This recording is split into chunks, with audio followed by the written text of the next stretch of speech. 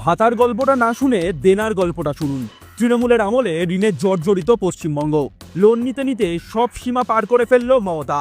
চাঞ্চল্যকর তথ্য reserve bank of ইন্ডিয়ার রিপোর্টে। ঋণের সুদ দিতে দিতে ভাড়ে মা ভবানী দশা মমতার সরকারে। বর্তমানে গলা অবধি ঋণে ডুবে বাংলা। আরবিআই এর তথ্য অনুযায়ী 2025-এর অর্থবর্ষে অন্যান্য রাজ্যের তুলনায় পশ্চিমবঙ্গের উপর সুদের বোঝা ছিল সবচেয়ে বেশি। রাজ্য কর ও কর বহির্ভূত রাজস্ব হিসেবে 1.09 লক্ষ কোটি টাকা পেয়েছে, কিন্তু শুধুমাত্র সুদ পরিশোধের জন্য খরচ হয়েছে 45,000 কোটি টাকারও বেশি। এর অর্থ হলো রাজস্বের 42% সুদ পরিশোধে ব্যয় হয়েছে। অর্থাৎ আয় 100 টাকা হলে 42 টাকাই খরচ হয়েছে শুধু সুদ দিতে। মাথায় রাখবেন, শুধু সুদ দিতে, আসল টাকা আলাদা। খোদ সরকারি পরিসংখ্যান বলছে বাংলার ঋণের পরিমাণ 7 লক্ষ কোটি টাকা। চলতি আর্থিক বছরের শেষে যা পৌঁছে যাবে 8 লক্ষ কোটি টাকায়।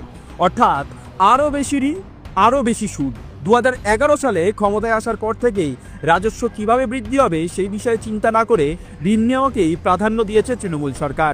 ঠেলামেলার নামে নয়-ছয় করা হয়েছে কোটি কোটি টাকা। আর জনগণ কি পেয়েছে? শুধুই ঋণের বোঝা। বর্তমানে বাংলায় একটা শিশু জন্মাচ্ছে 80,000 টাকা ঋণের বোঝা নিয়ে।